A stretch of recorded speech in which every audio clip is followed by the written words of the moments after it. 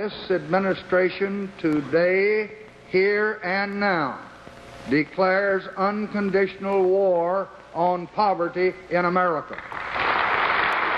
It's a celebration of all of our Access to Success graduates, our Access to Success participants. We recognize our community partners that are helping us make Access to Success successful. We want to we named our Prosperity Warrior, our Field Marshal Judge Richard Cortez, as our Field Marshal in the War on Poverty here in Hidalgo County. This is our inaugural event. We tended to fly low, very, very low to the ground. We were very low key. We decided the community, this is such a great program that we decided we wanted to celebrate. We wanted to bring our community together and say, look at what we're all able to do when we work together. And we're really excited about that. We also wanted to plant the flag and say, community action agencies were founded 60 years ago during LBJ's war on poverty. We're the direct descendant of those agencies that were founded 60 years ago. There's 1,000 agencies across the United States that do what we do. We wanted to say, the war on poverty, we're going to help lead that. We're looking for people to join the war on poverty with us. We were happy to name Judge Richard Cortez as our Field Marshal in directing traffic. And how many years has it been going in Hidalgo County? So we were founded in very early 1970s. There was a previous organization, and actually that nonprofit went down and Commissioner's Court in the mid-70s then designated themselves as the keeper of the funds, that they would receive the funds and administer the funds since the mid-1970s.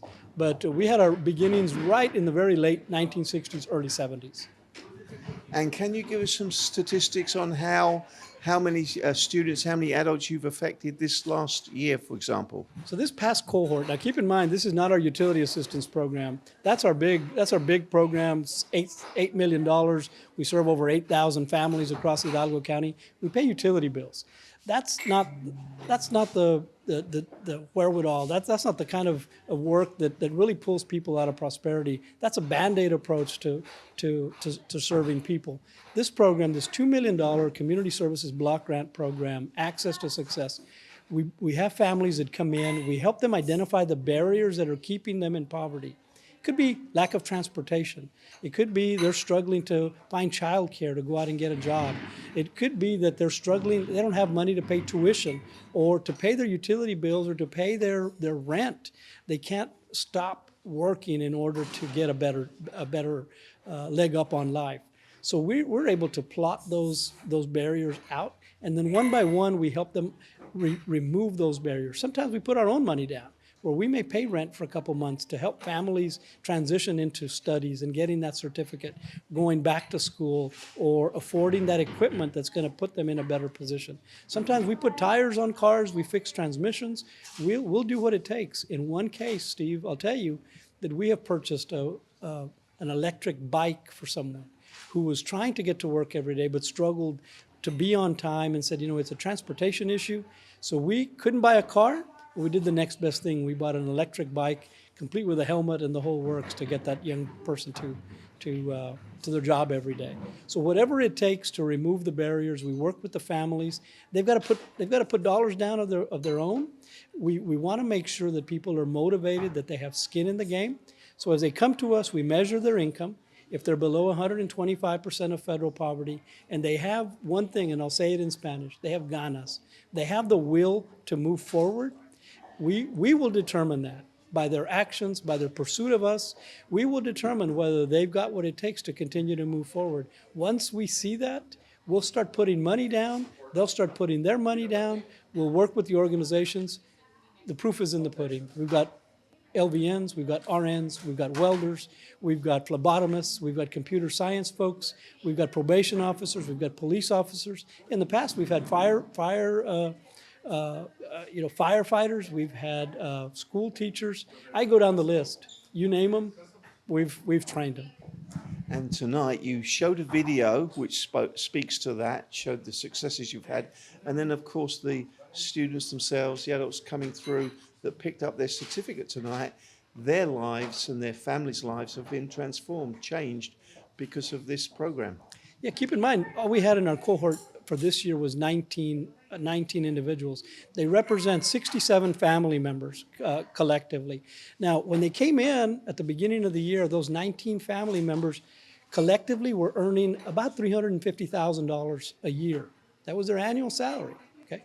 Now, once they've gone through our program, a lot of their effort, their work, their training, we help them go out and find the job. Once they completed our program, once they completed their studies, we have measured their income for the last 90 days post-graduation.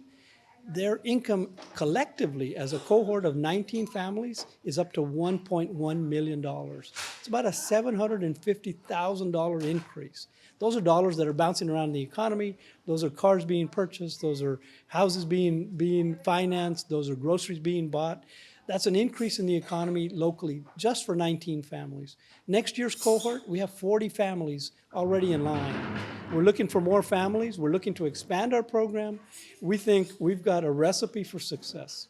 What makes us unique is that we're able to take families at all levels. We've got somebody who's working in the fields that says, I'd like to get a GED to get a better job, we'll support that.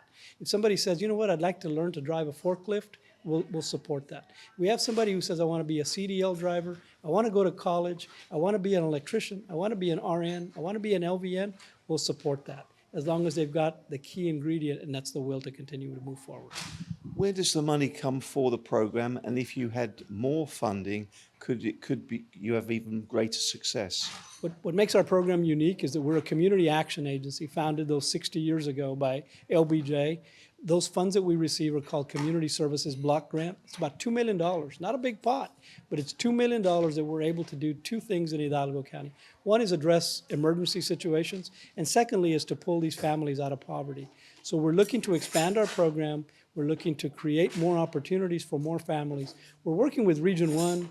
We're working with school systems. We're working with local community-based organizations. We get referrals from all over. We get referrals from the DA's office, the sheriff's office, from school districts, as you saw tonight. We get referrals from some of the universities. We get referrals from, just you name it, we get referrals from them. And going back to Judge Cortez, like you said tonight in your remarks, back in 2019, he did an op-ed. You read some of his remarks from that guest column, that op-ed. And that's when he started the Prosperity Task Force to address poverty. And you read out the statistics which show that during the task force's time so far, it's moved the needle. Absolutely. You know, in 2019, I must admit, you know, there was a lot of people who were skeptical. You know, that op-ed came out. He named addressing poverty as his #1 priority. And to this day, he continues to work towards all of us moving the needle. As a matter of fact, very impatient and wants to see the needle moved an awful lot more. I think the statistic I used was over 18,000 individuals that have moved out of poverty. That's over 6,000 families that have moved out of poverty during the last 5 years that the judge has been in office. 2.1% reduction in the poverty rate in Hidalgo County. And you know, the funny thing was, he asked me the other day, you know, who's responsible for that? And I said, we all are. Collectively, we all are. We're all moving the needle. We're working to become more collaborative. We're working to, and this is something that people use an awful lot, and this is this idea of silos, you know, and it's overused. But in reality, sometimes we do work in silos. And the judge is working to remove those barriers and having us all work together. Jaime, thank you so much for explaining it so eloquently. Is there anything I've missed, anything else you would like to add? Yes, Steve, I'd like to be here next year talking about all of those 40 families that we want to move out of poverty and celebrating another cohort of people that we're moving through the program. So thank you so much for being here. I thank the media for giving us the exposure and helping us for people to understand that the war on poverty is more than just a number. It's a pie in the sky. It's every household in Hidalgo County. And we're responsible for removing poverty and eliminating poverty in every household across Hidalgo County. Thank you so much. Thank you so much for today's interview. Good. Thank you, Steve.